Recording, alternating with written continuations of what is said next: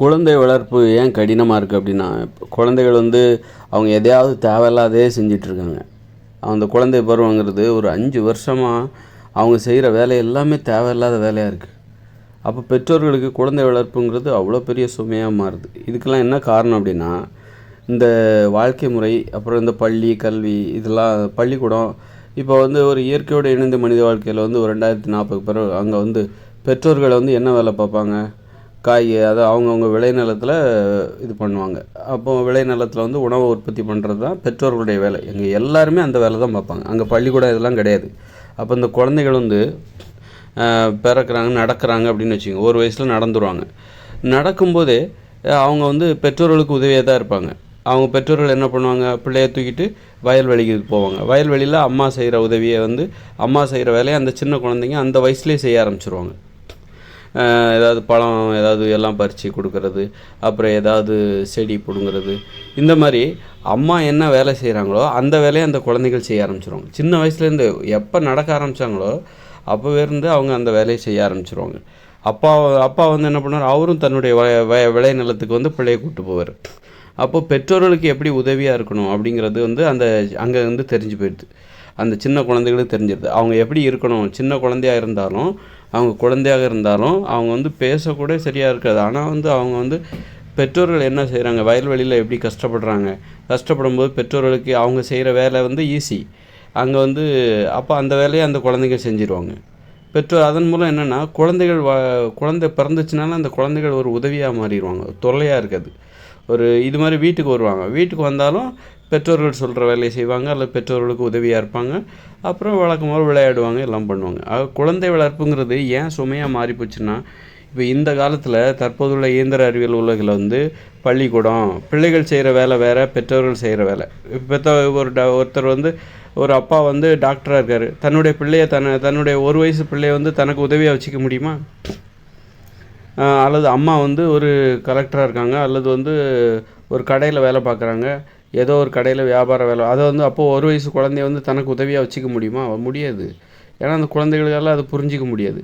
ஆனால் விவசாய நிலத்தில் வேலை பார்க்கும்போது, அதுவும் எளிமையான விவசாயம், இது கடினமான விவசாயம்லாம் கிடையாது. செடியை நடுறோம், தண்ணியை ஊற்றுறோம், அது மரமாகவும் செடியாக வளருது, பழங்களை பறித்து சாப்பிட்றோம். இந்த மாதிரி எளிமையான விவசாயம் தான் செய்கிறது இயற்கையோடு இணைந்த மனித வாழ்க்கையில் உள்ள வேலை. அந்த வேலையை பெற்றோர்கள் செய்யும்போது அந்த வேலையை குழந்தைகளும் செய்ய ஆரம்பிச்சிருவாங்க. பெற்றோர்கள் செய்கிற வேலைக்கு குழந்தைகளும் அந்த சின்ன வயசுலேயே உதவியாக இருக்க ஆரம்பிச்சிருவாங்க. அப்போ குழந்தைகள் சுமை இல்லை, அது ஒரு துணையாக போகுது. குழந்தை பிறந்ததுனால ஒரு வயசுலேருந்தே அந்த குழந்தைங்க பெற்றவங்களுக்கு உதவியாக இருப்பாங்க. 2 வயசில், 3 வயசில், வயசு அதிகமாக அந்த குழந்தைங்க பெற்றோர்களுக்கு அவ்வளோ உதவியாக இருப்பாங்க. ஒரு குடும்பத்திற்கு குழந்தைகள் அவ்வளோ உதவியாக இருப்பாங்க. பெற்றவங்க செய்கிற எல்லா வேலையும் ஈஸி, எல்லாமே ஈஸி. அங்கே தீப்பெட்டி கிடையாது, சமையல்லாம் கிடையாது. எல்லாம் பெரும்பாலும் பச்சை காய்கறிகள் தான் சாப்பிடுவாங்க. அப்போது இன்றைக்கி உள்ள உலகத்தில் அம்மா சமையல் செய்வாங்க. அதுக்கு ஒரு வயசு குழந்தைய உதவிக்கு வச்சுக்க முடியுமா? முடியாது. ஏன்னா சமையல் அவ்வளோ கஷ்டமாக இருக்குது. ஆக இப்போ பெற்றோர்கள் செய்கிற வேலை அத்தனையும் கஷ்டமாக இருக்குது, கடினமானதாக இருக்கிறது. அதனால் பிள்ளைகளால் பெற்றோர்களுக்கு உதவி செய்ய முடியாது. அப்போ பிள்ளைகள் அப்போ அதனால தான் பிள்ளைகள் குழந்தை வளர்ப்பு என்பது அவ்வளோ பெரிய சுமையாக மாறுது, பெரிய கஷ்டமான விஷயமா இருக்குது. அது என்ன செய்யுதோ, எங்கே போய் விழுந்துரோட எப்போவும் கண்காணிச்சிக்கிட்டே இருக்கணும். நம்பவே முடியாது. அந்த குழந்தைகள் எதாவது தேவையில்லாத செஞ்சுக்கிட்டு ஏதாவது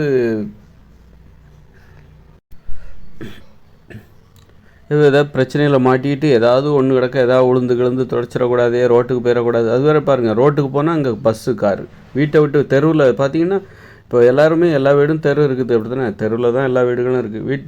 வீட்டை விட்டு வெளியே வந்தால் தெருவில் சர்றுப்புறன்னு கார் போகுது, 2 வீலர் போகுது. அப்போது ஒரு குழந்தை வளர்ப்புங்கிறது பக்குன்னு இருக்குது. அந்த குழந்தைகளை வளர்க்குறதுங்கிறது பெரிய கஷ்டமான வேலையாக இருக்குது. அந்த குழந்தைகளுக்கு ஒன்றும் தெரியும், பெற்றோர்களுக்கு உதவியும் செய்ய மாட்டேங்கிறாங்க. உதவி செய்கிற மாதிரி பெற்றோருடைய வேலையும் கடினமாக இருக்குது. அப்புறம் பார்த்திங்கன்னா இப்போ பிள்ளைகள் செய்கிற வேலை வேறு, பெற்றோர்கள் செய்கிற, அப்புறம் பள்ளிக்கூடத்தில் சேர்த்து விட்டுறாங்க. அப்போ பிள்ளைகளோட வேலை வேறு, பெற்றோர்களுடைய வேலை வேறு. பெற்றவங்களுக்கு எப்படி உதவியாக இருக்கணுங்கிற அந்த பயிற்சியை குழந்தைகள் கிடைக்க மாட்டேங்குது. சமைக்கிற வேலையை அம்மா பார்த்துக்கணும், படிக்கிற வேலையை பிள்ளைகளை பார்த்துவோம். பிள்ளைகளுக்கு படிக்கிற வேலை தான். வேறு இப்போ அப்பா அம்மாவுக்கு உதவி செய்கிற வேலை, அந்த வாய்ப்பு பெரும்பாலான பிள்ளைகளுக்கு கிடைக்கிறதே கிடையாது. ஆக இப்படி ஒரு வாழ்க்கை முறை தான் நம்ம பிள்ளைகள் வளர்க்குறதுக்கு கஷ்டமாக இருக்குது. அதே இயற்கையோடு இணைந்த மனித வாழ்க்கையில் அவங்க வாழ்கிற எல்லாமே ஈஸியாக வாழ்ந்துட்டுருப்பாங்க. குடிசையில் வசிப்பாங்க, அல்லது வந்து நீங்கள் ஒரு விவசாய வேலையாக இருக்கட்டும், அதுவும் ஈஸி. அதுவும் ரொம்ப எளிதான விவசாயம்தான். காய்கறிகளையும் பழங்களையும் பயிரிடுகிற வேலை, கிழங்குகளை பயிரிடுகிற வேலை. நீங்கள் நெல் கோதுமை தான் கஷ்டமான விவசாயம். அது நெல் கோதுமைகளை விதைச்சி அறுவடை பண்ணி களை பிடுங்கி தண்ணி பாய்ச்சி அது வந்து பெரிய கஷ்டம். கதிர் அறுத்து அதை வந்து அரைச்சி அதில் இடித்து அரிசியாக மாற்றுறது ரொம்ப கஷ்டமான வேலை. அந்த வேலையிலெல்லாம் குழந்தைகள் வந்து பெற்றோர்களுக்கு உதவியாக இருக்க முடியாது. மரங்களை வளர்க்குறது, மாமரம், கொய்யா மரம், தென்னை மரம், பலா மரம், பப்பாளி மரம், பேரிச்சை மரம், அன்னாசி மரம், இப்படி அன்னாசி செடி, இந்த மாதிரி பழங்கள், வெண்டைக்காய் செடி, கத்திரிக்காய் செடி. அப்போ அப்பா அம்மா கத்திரிக்காய் பறிச்சிட்டு இருப்பாங்க, அந்த குழந்தைங்களும் போய் கத்திரிக்காய் பறி வெண்டைக்காய் பறிச்சிட்டு இருப்பாங்க அம்மா. அப்போ அந்த குழந்தைங்களும் வெண்டைக்காய் பறிப்பாங்க. ஒரு வயசுலேயே அம்மா செய்கிற வேலையை எல்லாத்தையும் செஞ்சுருவாங்க. அப்போ குழந்தைகள்ங்கிறது வந்து அது குழந்தைகள் சின்ன வயசுலேயே விவரமாக இருப்பாங்க, பொறுப்பாக இருப்பாங்க. இன்றைக்கி நம்ம என்ன பண்ணுறோம், குழந்தைத்தனமாக இருக்காங்க, ஒன்றுமே தெரிலன்னா அது குழந்தை பருவம். குழந்தைகள்னால் ஒன்றுமே தெரியாது அவங்களுக்கு. அவங்க தொல்லையாக தான் இருப்பாங்க, பெற்றவங்களுக்கு தொல்லையாக தான் இருப்பாங்க. அவங்க வந்து பெற்றவங்களுக்கு வந்து இடையூறு செஞ்சிட்டே இருப்பாங்க. அந்த குழந்தை பருவம் வந்து அப்படி தான் அப்படிங்கிற மாதிரி ஒரு முத்திரை. குழந்தைகளுக்கே மரியாதை இல்லை. குழந்தைகளுக்கு வந்து அப்போ குழந்தைகளுக்கே குழப்பம் வந்துடும். பெற்றவங்ககிட்ட எப்படி நல்லா பாராட்டு வாங்கணும்னு எல்லா குழந்தைங்களும் ஆசைப்படும்.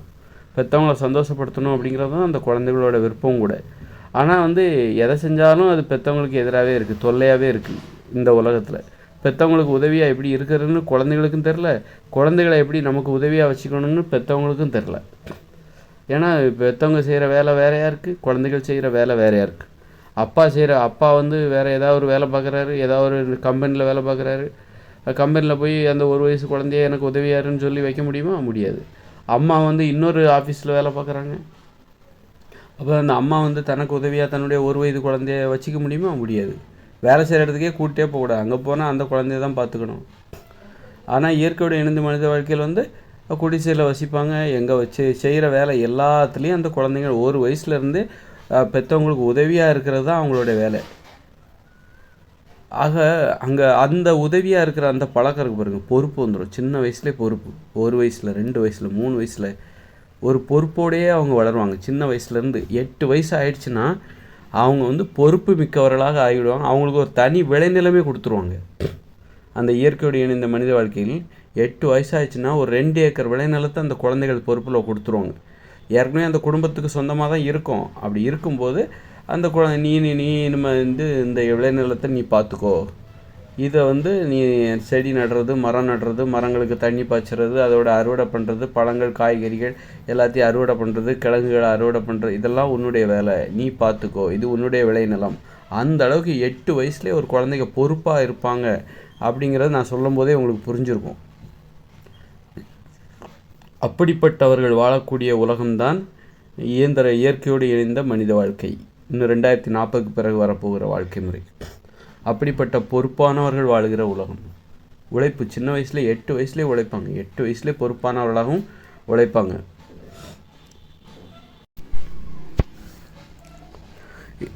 இயற்கையோடு இணைந்த மனித வாழ்க்கையில் பள்ளிகள் கிடையாது, கல்லூரிகள் கிடையாது. இப்போ இங்கே வந்து என்ன பண்ணுறாங்க, இப்போ பிள்ளைகளை பள்ளிக்கூடத்துக்கு அனுப்பிச்சிடுவாங்க. இங்கே பள்ளிக்கூடத்தில் படித்து தான் ஆகணும் தற்போதுள்ள இயந்திர அறிவியல். அதனால் பள்ளிக்கூடத்துக்கு அனுப்பிச்சிடுவாங்க. அப்புறம் குழந்தைகளோட வேலை வேறையாக இருக்குது. 2 குழந்தை இருக்குன்னா ஒரு குழந்தை 6வது படிக்கும், இன்னொரு குழந்தை 5வது படிக்கும். அப்பா ஒரு தொழில் பண்ணுவார், அப்பா தொழிற்சாலையில் வேலை பார்ப்பார், அம்மா ஒரு ஆஃபீஸில் வேலை பார்ப்பாங்க. 4 பேர் 4 வேலையை பார்க்குறாங்க. அப்போ யாருக்கும் உதவியே செய்ய முடியாது. அவங்கவுங்க வேலை வேறையாக இருக்குது. அம்மாவுக்கு பிள்ளைகளுக்கு கூட அம்மா உதவி செய்ய முடியாது. அதுக்கு ஒரு டியூஷன் போய்டு நீ அப்படின்றவாங்க. எதுவும் கற்றுக் கொடுக்க மாட்டாங்க.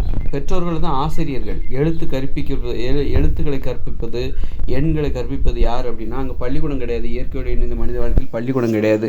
அப்படின்னா அவங்க எப்படி எழுத படிக்க கற்றுப்பாங்க அப்படின்னு நீங்கள் கேட்கலாம். அவங்க வந்து பெற்றவங்க தான் சொல்லிக் கொடுப்பாங்க. வாழ்க்கைக்கு தேவையான எழுத்தறிவு, வாழ்க்கைக்கு தேவையான கணிதம், கூட்டல், கழித்தல், வகுத்தல், பெருக்கல், அவ்வளோதான். அப்புறம் 1 2 3 எப்படி 1000 10,000 வரைக்கும் எழுதிக்கிட்டே போகிறது, அவ்வளோதான். அப்புறம் ஆவணா எழுத படிக்க தெரியணும், எழுதுவதை வாசிக்க தெரியணும். நிர்வாகம்லாம் இருக்கும்.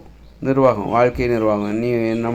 என்ன எப்போ பிறந்தோம், இது என்ன மாதம், நாட்காட்டி. ஒவ்வொரு வீட்லேயும் நாட்காட்டி இருக்கும். நாட்காட்டி இயற்கையிலேருந்து தயாரிக்கப்பட்ட பொருட்களிலிருந்து அவங்க நாட்காட்டியை உருவாக்கிடுவாங்க. நாட்காட்டியை எப்படி உருவாக்குவாங்க அப்படின்னா பனை ஓலைச்சுவடியை வந்து வரிசையாக ஒரு இந்த எக்ஸாம் எழுதுகிற பேடெல்லாம் இருக்குல்ல, அடியில் வச்சு எழுதுவோமே, அது மாதிரி பேடு மாதிரி பனை ஓலைச்சுவடியை அடுக்கடுக்காக ஒட்டி ஒட்டி ஒட்டி அதில் ஏதாவது எழுதி ஏதாவது அவங்க அந்த மாதிரி நாட்காட்டி அவங்க கண்டுபிடிப்பாங்க. எளிதான நாட்காட்டி எப்படி ஒரு வருடத்திற்கு தேவையான நாட்காட்டி எப்படி கண்டுபிடிக்கிறது, ஒவ்வொரு வீட்லேயும் வச்சுருவாங்க, அவங்களே உருவாக்கி அவங்களே வச்சுப்பாங்க.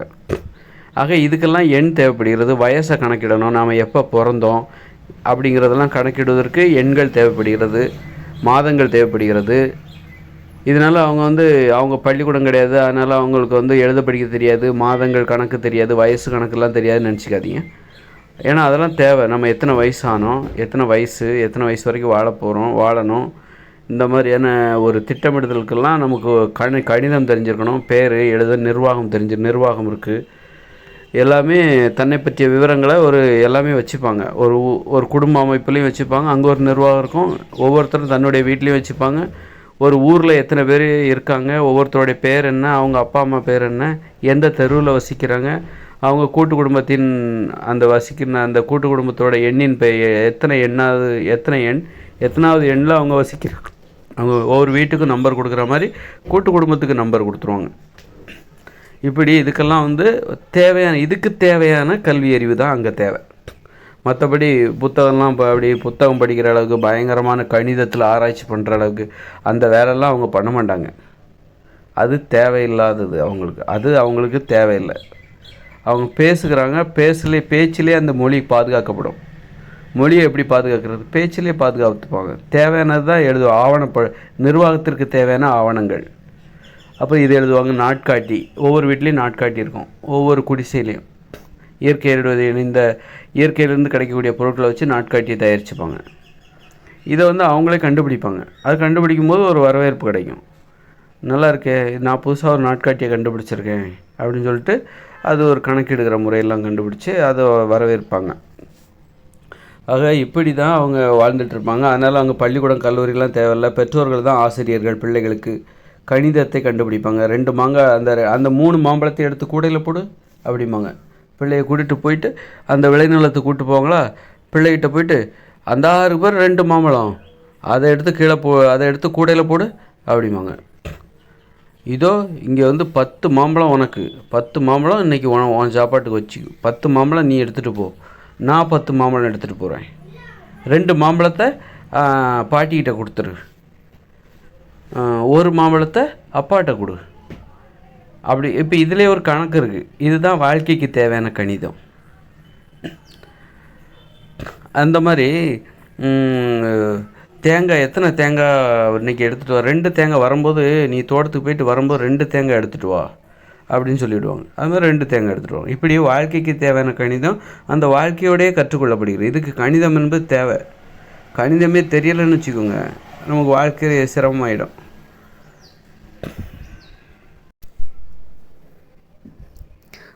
கணிதம்லாம் ஏன் தேவை அப்படின்னா, இப்போ கல்யாணம் நடக்குது, உன் வயசு என்னப்பா, என் வயசு 20, என் வயசும் 20 தான், அப்போ கல்யாணம் பண்ணிக்கலாம்.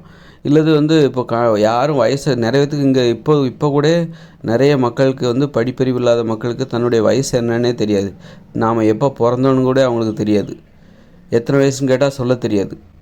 ஆனால் அதெல்லாம் ஏன் தெரிஞ்சிருக்கணும் அப்படின்னா, நாளைக்கு ஒரு கல்யாணம்னு வரும்போது உனக்கு என்ன வயசு அப்படின்னா அதை சொல்ல தெரியணும். அப்போ தான் அவன் வயசு 30 இருக்கும், பார்க்குறதுக்கு 20 வயசு பையமாக இருப்பான், ஒரு 18 வயசு பொண்ணை கல்யாணம் பண்ணிகிட்டு இருப்பான். அப்போ வயசு ஏன் தெரியணும் அப்படின்னா, திருமணத்தில் ஏமாற்றப்படக்கூடாது. 40 வயசு ஒரு பொண்ணு எனக்கு 25 வயசு தான் சொல்லுவாள். அவள் இப்போ 20 வயசு பையனை கல்யாணம் பண்ணிகிட்டு இருப்பாள். அப்போது அந்த மாதிரி ஏமாற்றுதல் நடக்கக்கூடாது, ஏமாந்துடக்கூடாது அப்படிங்கிறதுக்காக தான் இந்த வயசெல்லாம். வயசு ஆவணத்தை நிர்வகிக்கணும். ஒரு ஊர் இருக்குது அப்படின்னா ஒரு குடும்ப நிர்வாகம், அப்புறம் தெரு நிர்வாகம், ஊர் நிர்வாகம். ஒருத்தரை பற்றின ஆவணம் ஒருத்தர் எப்போ பிறந்தார், அவரோட அப்பா அம்மா யார், எந்த வீட்டில் வசிக்கிறார், எந்த கூட்டு குடும்பத்தில் வசிக்கிறாரு, எந்த தெருவில் வசிக்கிறார், எத்தனாம் நம்பர் தெருவில் வசிக்கிறாரு, முதற்கொண்டு இந்த அடிப்படையான தகவல்கள் ஒரு குடும்பத்துலேயும் இருக்கும். ஒரு குடும்பம் என்பது அங்கே ஒரு நிர்வாக அலுவலகம் இருக்கும், அந்த நிர்வாக அலுவலகத்தில் இருக்கும். அப்புறம் கூட்டு குடும்ப நிர்வாக அலுவலகத்துலேயும் இருக்கும். கூட்டு குடும்பம் என்பது அதுவும் ஒரு நிர்வாகம், அங்கே ஒரு அலுவலகத்தில் இருக்கும். அதே தகவல் தெரு நிர்வாகம்னு ஒன்று இருக்கும், அங்கேயும் இருக்கும்.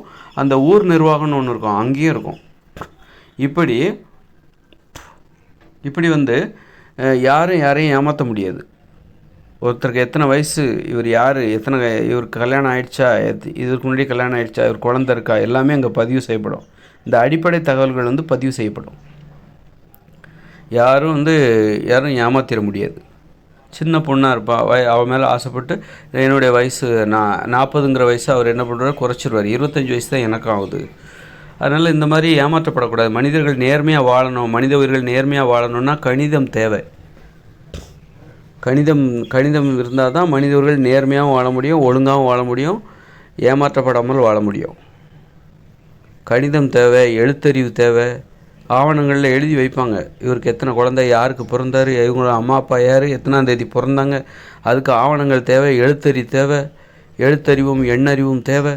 இது ரெண்டும் இருந்தால் தான் நேர்மையாகவே மனிதர்கள் நேர்மையாகவே வாழ முடியும். யாரையும் ஏமாற்ற முடியாது.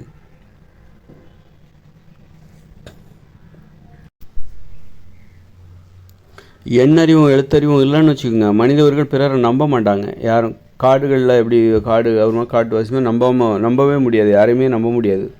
ஈஸியாக ஏமாற்றிட்டு போயிடுவாங்க. எத்தனை வயசுன்னு சொல்கிறதுக்கே கேட்டாலே தெரியாது. ஏன்னா 10 வயசு எனக்கு, அது இப்போ அப்படி சொல்கிறதுக்கு 10 அப்படிங்கிறது ஒரு எண் தானே. அதுக்கு சொல்கிறதுக்கு எண்ணறிவு என்பது தேவை தானே. எத்தனை வயசு, என்னுடைய வயசு என்ன, 10 வயசு, 15 வயசு, 20 வயசு அப்படின்னு சொல்கிறாங்கள. இந்த 20, 15, 12 இந்த இதுவே ஒரு கணிதம் தானே. ஆக எண்ணறிவே, கணித அறிவே ஒருத்தர்கிட்ட இல்லை. எண்களை பற்றி அவருக்கு தெரிலன்னா அவர் வயசை பற்றி எங்கே சொல்ல போகிறாரு. பேரே கூட வச்சுக்க மாட்டாங்க. உன் பேர் என்ன, இப்போ எழுத்தறிவு இல்லைன்னு வச்சுக்கோங்க, பேரே வச்சுக்க மாட்டாங்க. பேர் வச்சுட்டு கூப்பிட்றோம், அதுக்கு பேர் தேவை. பேருங்கிறது என்ன, அதுக்கு ஒரு எழுத்தறிவு தேவை. பேர் வைக்கிறத கூட தவிர்த்துருவாங்க. எதுக்கு பேர் வச்சுக்கிட்டு இருக்க அப்படின்ற மாதிரி ஆகிடும். மனித வாழ்க்கை நல்லாவே இருக்காது, அழகாகவே இருக்குது. ஒரு திட்டமிட்டு, ஒரு கட்டுப்பாடு, ஒரு ஒழுங்கு, ஒரு முறை எதுவுமே இருக்காது. ஏன்னா தானு ஒரு மாதிரியாக சிக்கலாகிடும், நல்லாவே இருக்காது. அதனால தான் எண்ணறிவு எழுத்தறிவு என்பது தேவை. வாழ்க்கைக்கு தேவையான எழுத்தறிவும் எண்ணறிவும் வந்து இயற்கையோடு இணைந்த மனித வாழ்க்கையில் கடைபிடிக்கப்படும். வாழ்க்கையோட தனியாக போயிட்டு பேச்சு வழக்கிலே அவங்க கணிதத்தை கற்றுப்பாங்க. கணிதத்தை உட்காந்து நான் சொல்லித்தரேன் உனக்கு கழித்தல், நான் உனக்கு சொல்லித்தரேன் உனக்கு கூட்டல், சொல்லித்தரேன் பாரு பெருக்கல், இந்த மாதிரி வகுத்தல் நீ எங்கேயா கற்றுக்கிட்டியா அப்படின்லாம் சொல்லித்தர மாட்டாங்க. வாழ்க்கையோடே கற்றுப்பாங்க. அவங்க வாழுகின்ற முறையிலே கற்றுப்பாங்க. அம்மா சொல்லுவாங்க, போய் வீட்டில் போய் ஒரு 3 தேங்காய் எடுத்துகிட்டு வா அப்படிம்பாங்க. 3 தேங்காய் எடுத்துகிட்டு வாங்க. அந்த குழந்தை வந்து 3 தேங்காய் எடுத்துகிட்டு வரும். 3 தேங்காய் அல்லது 4 தேங்காய் எடுத்துகிட்டு வந்து நான் உன்கிட்ட என்ன சொன்னேன், 3 தேங்காய் எடுத்துகிட்டு வர சொன்னேன். நீ என்ன பண்ணியிருக்க, 4 தேங்காய் எடுத்துகிட்டு வந்துருக்க. ஒரு தேங்காய் வச்சு வீட்டில் கொண்டு வச்சுட்டு வா. அப்போ அந்த குழந்தை என்ன பண்ணும், ஒரு தேங்காய் எடுத்துகிட்டு வீட்டில் கொண்டு வச்சுட்டு வரும். அப்படின்னா 3ன்னா என்ன, 1ன்னா என்ன, 4ன்னா என்ன அப்படிங்கிறது அந்த குழந்தை கற்றுக்கும். இப்படி வாழ்க்கையோடே கற்றுப்பாங்க. கணிதத்தை வந்து நம்ம பேசுகிறதுக்கு நம்ம உட்காந்து என்ன வகுப்புலேயே அப்போ பேசுனாங்க. குழந்தைகள் வந்து பேசுகிறாங்கல்ல, அது என்ன பெற்றவங்கள பார்த்து தான் பேசுகிறாங்க. வாழ்க்கையோட அந்த பேச்சை கற்றுக்குறாங்க. பேசுகிறதுக்காக நீங்கள் எங்கேயா பள்ளிக்கூடத்தில் கொண்டு விடுறீங்களா? என் குழந்தைக்கு பேச கற்றுக் கொடுங்க, அதுக்கு எதாவது டீச்சர் இருக்காங்களா? இல்லை. பேச்சுங்கிறது வாழ்க்கையோட கற்றுப்பாங்க. வாழுகின்ற முறையிலே அவங்க கற்றுப்பாங்க. பேச்சறிவு, அப்புறம் வந்து எழுத்தறிவு, எண்ணறிவு எல்லாம் வாழுகின்ற முறையிலே கற்றுப்பாங்க. இதுக்கு போயிட்டு யாரும் அங்கே ஸ்கூல், அதனால தான் பள்ளி கல்லூரிகளே அங்கே கிடையாது. வாழ்க்கைக்கு தேவையான கல்வி என்பது வாழுகின்ற போதே, வாழுகின்ற முறையிலே கிடச்சிரும். பேசுவதிலே கிடச்சிரும். பேசும்போதே அந்த கணித அறிவு, எண்ணறிவு எல்லாமே கிடச்சிரும். என் புள்ள வந்து ஜூன் மாதம் பிறந்தான், சித்திரை மாதம் பிறந்தான், சித்திரை 13 தான் என் புள்ள பிறந்தான் அப்படின்னு சொல்லுவாங்க.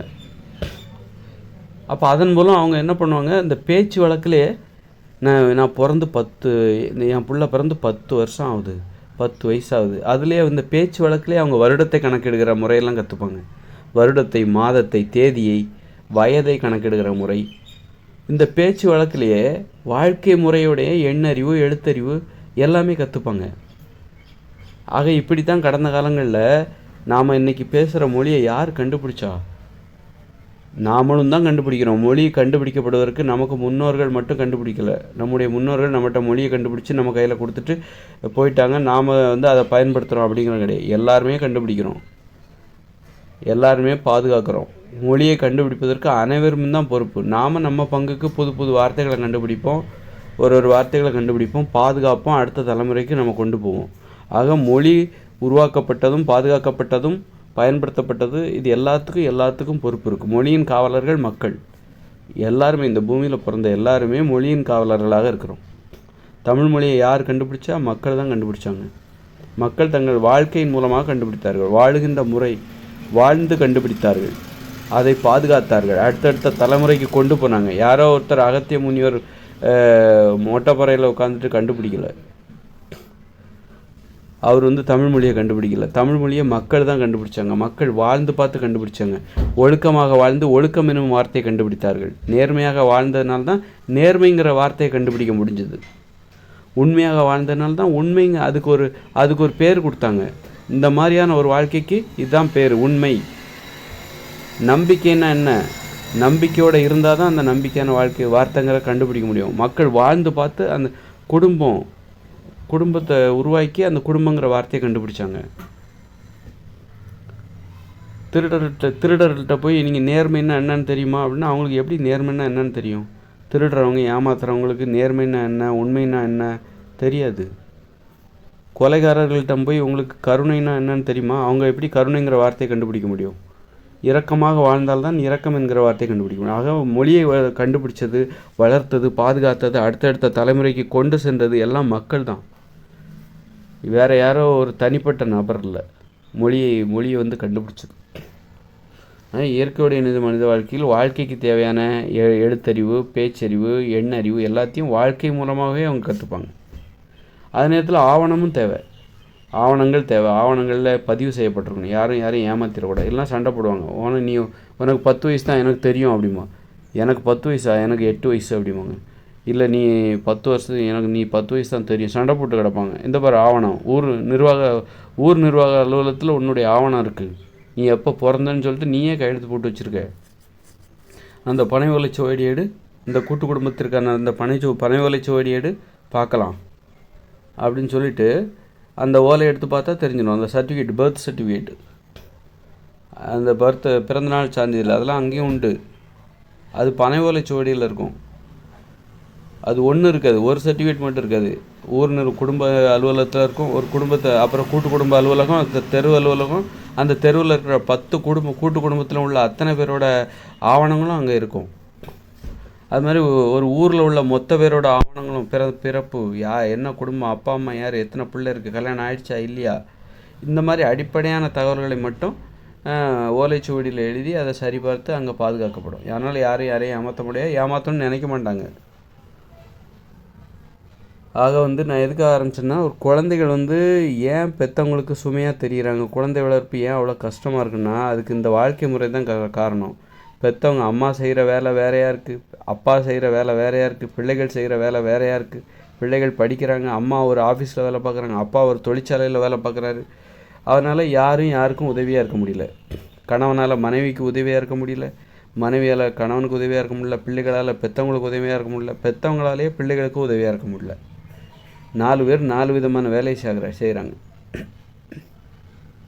அதனால் இயற்கையோடு இணைந்த மனித வாழ்க்கையில் அங்கே பள்ளிக்கூடம் எதுவும் கிடையாது. ஒரே தொழில், ஒருங்கிணைந்த வேளாண்மை, உணவை உற்பத்தி செய்கிற வேலை மட்டும்தான், அந்த தொழில் தான். அதனால் பெற்றவங்களுக்கு உதவியாக இருப்பது தான் பிள்ளைகளோட வேலை. ஒரு வயசுலேருந்தே அவங்க உதவியாக இருக்க ஆரம்பிச்சிருவாங்க. நடக்க ஆரம்பித்ததுலேருந்தே, நடக்கிறதுக்கு முன்னாடியே உதவியாக இருக்க ஆரம்பிச்சிடும். பிறந்ததுலேருந்து பிள்ளைகள் பெற்றவங்களுக்கு உதவியாக இருக்க முயற்சி செய்வாங்க. அப்புறம் நடக்கிறது போகிறது எப்போல்லாம் முடியுமோ நடக்க ஆரம்பித்த உடனே உதவி செய்ய ஆரம்பிச்சிருவாங்க. பெற்றவங்களுக்கு பொறுப்பாக வளருவார்கள். அந்த குழந்தைங்க பொறுப்பாக வளருவாங்க. அன்புன்னா என்னன்னு தெரியும்.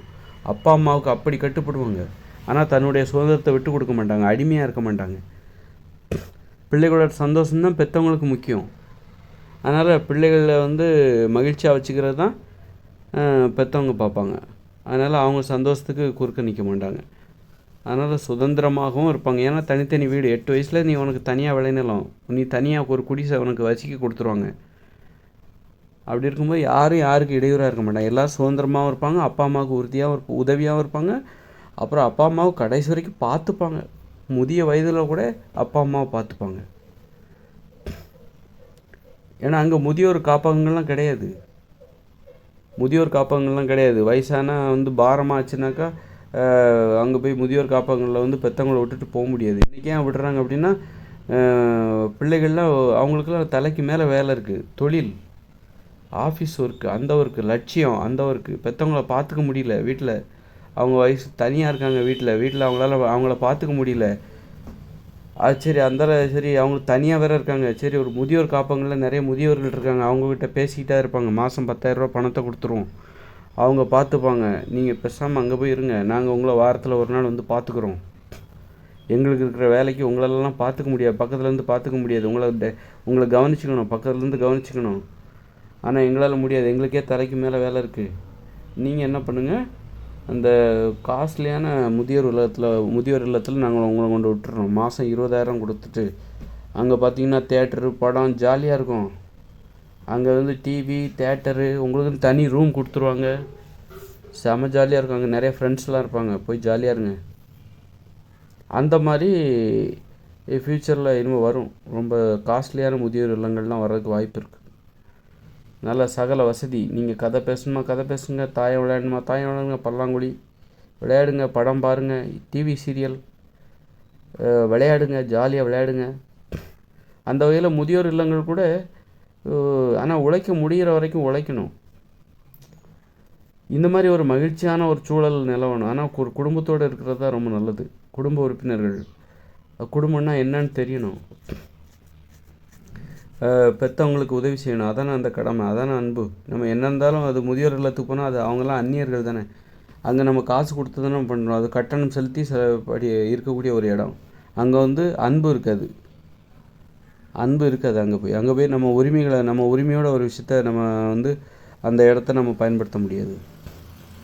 அதனால் வந்து முதியோர் இல்லங்களுக்கு கூட அதுக்கான நியாயங்கள் நமக்கு தென்பட்டால் கூட, முதியோர் இல்லங்கள் நல்ல வசதியோடு இருந்துச்சுன்னா, ஒருவேளை இருந்துச்சுன்னா, ஆனால் வந்து இருந்துச்சுன்னா முதியோர் இல்லங்கள் கூட சரிதான்னு நமக்கு தோணும். இந்த இயந்திர அறிவியலும் அப்படிப்பட்டதாக இருக்குது. குழந்தைகள் காப்பகம்னு ஒன்று விட்டுறாங்க. குழந்தைங்க பெற்றவங்களோட தான் இருக்கணும். ஆனால் குழந்தைகள் காப்பகம் அப்படின்னு விட்டு அப்புறம் சாயந்தரம் ஆனால் கூப்பிட்டு வந்துடுறாங்க. அது மாதிரி முதியோர் இல்லங்கள் அப்படின்னு சொல்லிட்டு. ஆனால் முதியோர் இல்லங்கள்லாம் அங்கெல்லாம் போனால் அவ்வளோ கொடூரமாக இருக்கும். நரகத்தில், அதான் நரகம், உண்மையிலே நரகம். நான் பார்த்துருக்கேன். அங்கே உள்ள அவங்களுக்கு சகல வசதி எதுவுமே கிடையாது. அந்த கட்டில் கொடுக்கப்பட்டிருக்கும், அந்த கட்டிலே தான் உட்காரணும், படுத்துருக்கணும், தூங்கணும். யாரும் அவங்கள்ட்ட பேசிக்கலாம் மாட்டாங்க. ஒருத்தர் சண்டை போட்டுக்கிட்டு வேறு வழி இல்லாமல் மரண பயத்தோடு இருப்பாங்க முதுமை காலத்தில். ரொம்ப கொடுமையான இடங்கள் அதெல்லாம். அதற்கெல்லாம் காரணம் வந்து இந்த வாழ்க்கை முறை தான் காரணம். உறவு முறைகளே வந்து சுமையாக இருக்கிற வரைக்கும் பயன்படுத்திட்டு அப்புறம் வந்து காரியம் முடிஞ்சிச்சு, பயன்படலை அப்படின்னா தூக்கி தரப்பட்டுருவோம். அதனால் வந்து என்ன பண்ணணுன்னா, முதியோர் இல்லங்களை விட மிகச்சிறந்தது எதுனா, கடைசி வரைக்கும் உழைக்கணும். சாகிற வரைக்கும், இயங்குகிற வரைக்கும், நடக்க முடிகிற வரைக்கும் அவங்களுக்கு உழைக்கணும் அப்படிங்கிற அதுக்கு வாய்ப்பை ஏற்படுத்தி கொடுக்கணும். இந்த ஓய்வு காலம் அப்படின்னு சொல்லிட்டு அவங்கள இதுக்கப்புறம் நீங்கள் வேலை செய்ய வேண்டிய அவசியம் இல்லை, உங்களுக்கு பென்ஷன் வந்துடும் அப்படின்னு சொல்லிட்டு வீட்டில் உட்கார வைக்கக்கூடாது. எல்லாருமே உங்களால் முடிகிற வரைக்கும் உழைக்கணும். நேரத்தை வேணால் குறைச்சிக்கோங்க. ரிட்டையர்ட் ஆகிறதுக்கு முன்னாடி வரைக்கும் நீங்கள் 8 மணி நேரம் வேலை பார்த்தீங்க, இனிமேல் நீங்கள் 4 மணி நேரம் வேலை பார்த்தா போதும். அதுமாதிரி நீங்கள் ஈஸியான வேலையும் நீங்கள் பார்த்தா போதும். என்ன வேலை? அதுதான் நிறைய. ஒரு நூலகத்தை நீங்கள் பார்த்துக்கோங்க, ஒரு 3 மணி நேரம் மட்டும் நூலகத்தில் வேலை பார்க்குறங்க. அல்லது வேறு ஏதாவது ஒரு வேலை, அப்படி எளிதான வேலை. இந்த மரங்களுக்கு தண்ணி ஊற்றுங்க. இந்த சாலை ஓரம், குறிப்பிட்ட இந்த 2 கிலோமீட்டர் தூரம் உள்ள இந்த சாலைகளின் ஓரங்களில் உள்ள மரங்களுக்கு நீங்கள் வந்து அதற்கான பைப்பு வழியாக தண்ணியை பாய்ச்சணும். அவ்வளோதான். இதுதான் உங்களுடைய வேலை. ஒரு 3 மணி நேரம் இந்த வேலையை செஞ்சுட்டு உங்களுக்கு அதற்கான வாகனங்கள் எல்லாம் கொடுத்துருவாங்க. 3 மணி நேரம் இந்த வேலையை செஞ்சுட்டு நீங்கள் வீட்டுக்கு போயிடுங்க. அப்போ நாம் உழைக்கிறோம், அந்த நம்பிக்கை அவங்களுக்கு இருக்கும். நம்ம வந்து சும்மா இல்லை, நமக்கும் கடமைகள் இருக்குது, நம்மளாலையும் பிறருக்கு பயனுள்ள வாழ்க்கை வாழ முடியும் அப்படின்னு நினச்சிட்டு பெற்றவங்க பிள்ளைகளுக்கு சுமையாகவும் இருக்க மாட்டாங்க. அதன் மூலம் உடல் உழைப்பு கிடைக்கிது, ஒரு கவனம் வேறு விஷயத்தில் போகுது. முதுமை என்பது, முதுமையிலும் நம்ம மற்றவங்களுக்கு சுமையாக இல்லை, பயனுள்ள வாழ்க்கை வாழ்கிறோம். அவர்களாலும் அந்த நாட்டோட முன்னேற்றம், நாடு வந்து முன்னேறுது அப்படின்னு சொல்லிட்டு அந்த மாதிரி முதுமையை அர்த்தமுள்ளதாக்க வேண்டும். முதுமையை பார்த்து பரிதாபப்படாதீங்க. முதியோர்களை பார்த்து பரிதாபப்படுறாங்க. பரிதாபப்பட்டு ஒரு பக்கம் முதியோர்களை பார்த்து நீ பரிதாபப்படுற, இன்னொரு பக்கம் முதியோர்கள் ஒரு சுமையாக நினச்சிட்டு போய் முதியோர் இல்லத்தில் போய் கொண்டு சேர்த்துடுறது.